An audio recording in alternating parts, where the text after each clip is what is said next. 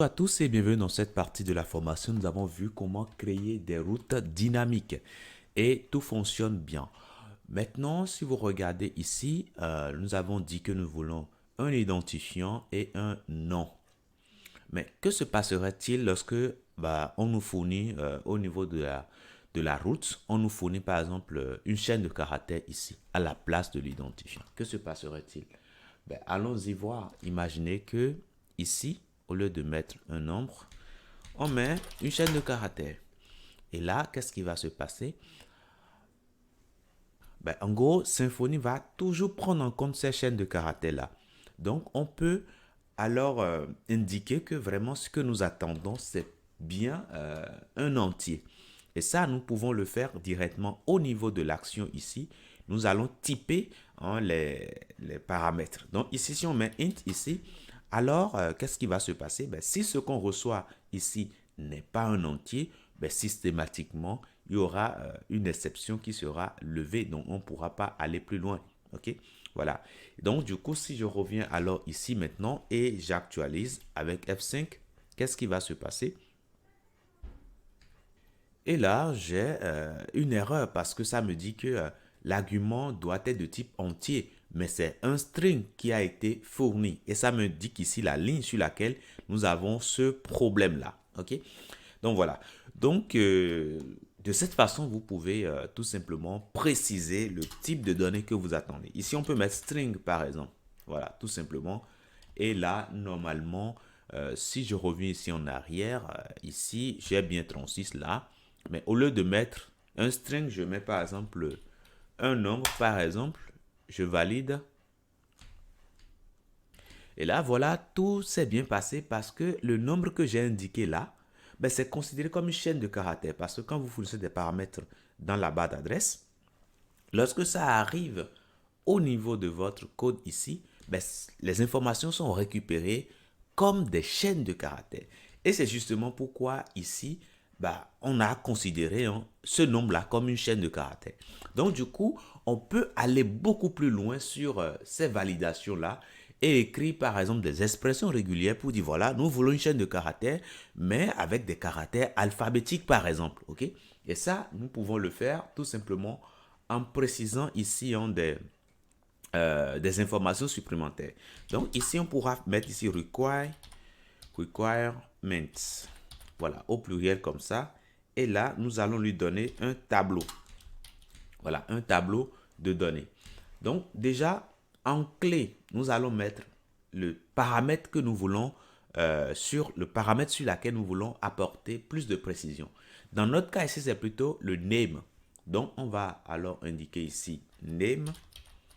Et puis, au niveau de la valeur, nous allons maintenant indiquer une expression régulière. Donc là, je vais dire que j'attends des caractères alphabétiques. Donc, je dirais que j'attends des caractères entre A et Z.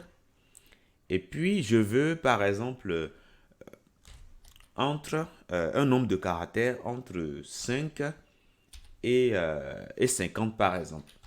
Donc, je peux faire ça, par exemple. Alors là, bien sûr, les expressions régulières, c'est des notions de base qu'on aborde en JavaScript, qu'on aborde également en PHP. Donc là, vous êtes en Symfony, je suppose que vous savez écrire des expressions régulières. Ce n'est pas ici que je vais vous apprendre à le faire, mais je vous mettrai un lien tout de suite. Quand je vais finir, je vous mettrai un lien si vous voulez savoir plus sur comment écrire des expressions régulières. OK?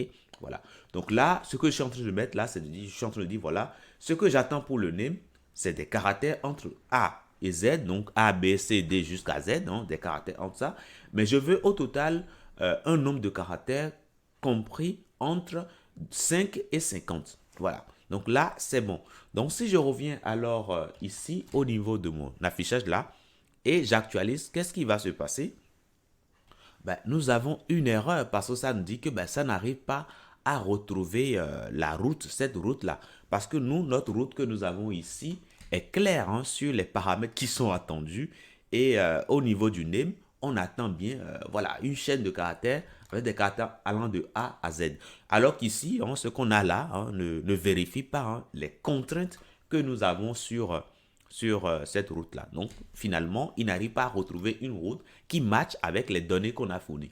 Maintenant, que se passera-t-il si je mets, par exemple, une chaîne de caractères? Je mets merci, par exemple. Là, que se passera-t-il? Là, lorsqu'on va regarder, là aussi, nous avons un souci. Parce que, et cela est dû au fait que les caractères que nous avons indiqués ici ne matchent pas avec nos précisions ici. Parce qu'on a dit qu'on veut des caractères entre A minuscule jusqu'à Z minuscule. Donc, ce n'est pas le cas. Ici, nous avons mis M majuscule. Donc, ça ne passe pas. Donc, du coup, on aurait pu mettre ici merci comme ceci. Et là, ça allait fonctionner. Alors, après, si vous voulez, on peut inclure également les lettres majuscules. Donc, je mettrai ici A majuscule jusqu'à Z majuscule, par exemple. Et là, si je reviens sur ceci, j'actualise à nouveau. Là, normalement, ça doit fonctionner. OK? Et là, c'est bien, ça fonctionne correctement. Donc là, c'est parfait. Hein. Donc voilà la façon dont on peut valider les données qui sont reçues à travers voilà, la requête. Alors, concernant les expressions régulières, je vous mettrai tout de suite ici un lien vers la documentation. Alors, je vous mets ça rapidement. Sinon, on peut aller chercher. Hein, je vous montre comment chercher. Il suffira de venir au niveau de votre navigateur. Vous mettez tout simplement expression régulière. Et puis après, il faudra préciser MDN pour avoir, alors MDN pour avoir une documentation bien structurée, bien détaillée. Voilà. Donc voilà, ici, vous pouvez lire ceci. Hein, ok. Voilà, on vous explique comment créer des expressions régulières. Et là, quand nous allons descendre, à un moment donné, on va nous montrer hein, les caractères, la signification de ces caractères-là, comment construire vraiment une expression régulière. Donc là, en lisant voilà, cet article ici, bref, vous aurez plus de détails hein, sur ce que j'ai fait tout à l'heure. Donc, je vais simplement copier le lien et venir vous le laisser à l'intérieur du code. De toute façon, vous avez accès hein, à ce fichier. Donc ça, je le mets en commentaire là. OK, pour les expressions régulières. Donc, je vous dis merci, mais avant de finir, je tiens à vous dire que là, nous avons juste validé un seul paramètre, mais on aurait pu valider plusieurs paramètres, OK? C'est la raison pour laquelle nous avons un tableau. Comme nous avons un tableau, ça dit qu'on peut y insérer hein, plusieurs informations. Donc, si je veux valider également l'identifiant, j'ai simplement à mettre virgule et je mets ici ID. Et là, je peux indiquer la valeur et cette valeur-là, ce sera également une expression régulière. Hein. Voilà. Donc, tout à l'heure, j'ai déjà mis int ici. Donc, ça me permet déjà valablement de valider. Mais comme je vous l'ai dit, vous pouvez aller au-delà de cette validation-là et préciser clairement ce que vous attendez.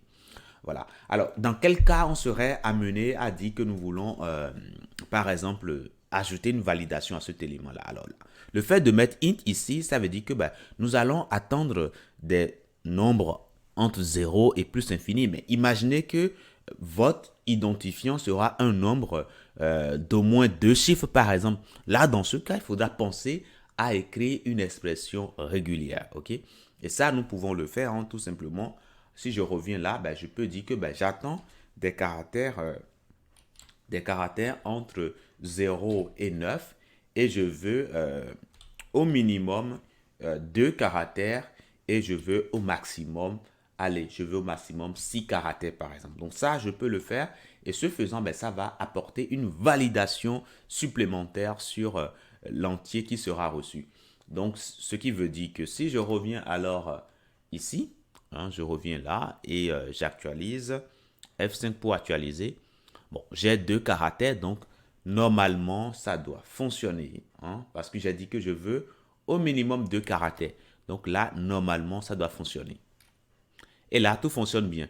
Par contre, si je mets uniquement 3 par exemple, qu'est-ce qui va se passer? Là, on aura une erreur parce que, oui, 3 n'est pas ne vérifie pas hein, les contraintes que nous avons définies ici. Okay? Maintenant, si je mets 7 caractères, hein, là aussi, hein, alors, je mets 7 caractères, là aussi, on sera en dehors aussi. Okay? Donc, voilà. Donc, voilà comment on peut faire hein, pour valider hein, les données reçues. Je vous dis merci et à tout de suite dans la prochaine.